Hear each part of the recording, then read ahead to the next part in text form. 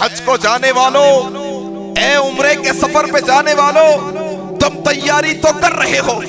اے حج کو جانے والوں، تم کپڑوں کی تیاری کر رہے ہو،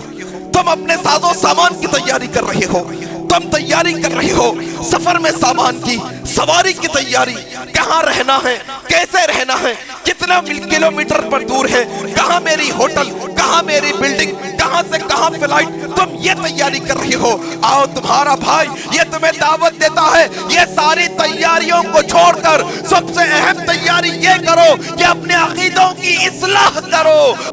کہ اللہ نے گواہی دی کہ شرک کرنے والے نہیں۔ آج مسلمانوں کے عقیدوں کو ذرا ٹٹولو،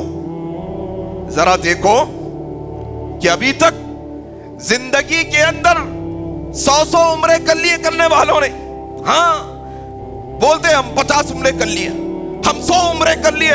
ہم 4 حج کر لیے، ہم ہر سال 10 بکرے قربانی دے دیتے، ہم قربانی کی عید کر لیتے، کتنے عمل کر لیے، لیکن آج تک یہ 100 عمروں کے اندر ایک دفعہ بھی وہ صفا مروہ پر کھڑے ہو کر یہ جانچنے کی کوشش نہیں کی کہ بی بی ہاجرہ کھڑی ہے بیابان کے اندر اکیلے تنے تنہا اپنے معصوم بچے کو لے کر، کوئی مدد کرنے والا نہیں، لیکن اس کا پورا عقیدہ ہے اللہ پر، کہتی ہے اللہ ہمیں ضائع نہیں کرے گا۔ کیسا بھروسے کا عقیدہ لیا ابراہیم علیہ السلام نے۔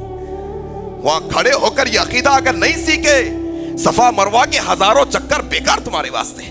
اگر کعبۃ اللہ کے سامنے کھڑے ہو کر اللہ تبارک و تعالیٰ کا بھروسہ اپنی زندگی میں نہیں رہے، یہ جانا آنا کوئی فائدہ کا نہیں آپ کے میرے واسطے۔ اے حاجیو،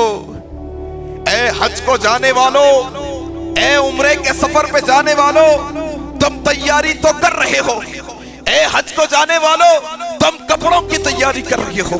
تم اپنے ساز و سامان کی تیاری کر رہے ہو، تم تیاری کر رہے ہو سفر میں سامان کی، سواری کی تیاری، کہاں رہنا ہے، کیسے رہنا ہے، کتنا کلومیٹر پر دور ہے، کہاں میری ہوٹل، کہاں میری بلڈنگ، کہاں سے کہاں فلائٹ، تم یہ تیاری کر رہے ہو۔ آؤ تمہارا بھائی یہ تمہیں دعوت دیتا ہے، یہ ساری تیاریوں کو چھوڑ کر سب سے اہم تیاری یہ کرو کہ اپنے عقیدوں کی اصلاح کرو۔ اپنے عقیدوں کے اندر اگر شرک کا ذرہ برابر بھی شائبہ ہے، وہ عقیدہ شرک کو نکالو، وہ شرکی اعمال کو نکالو۔ یقین جانو اگر تم نے عقیدہ توحید کو چھوڑ کر شرکی اعمال کے ساتھ حج کا سفر کر بھی لیا، حج کو چلے بھی گئے،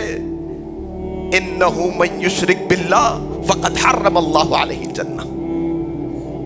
اللہ تبارک و تعالی شرک کرنے والوں کے کوئی عمل کو قبول نہیں کرتا، کوئی عمل کو قبول نہیں کرتا۔ اور اصل ابراہیم علیہ السلام کی زندگی کا پیغام یہی ہے۔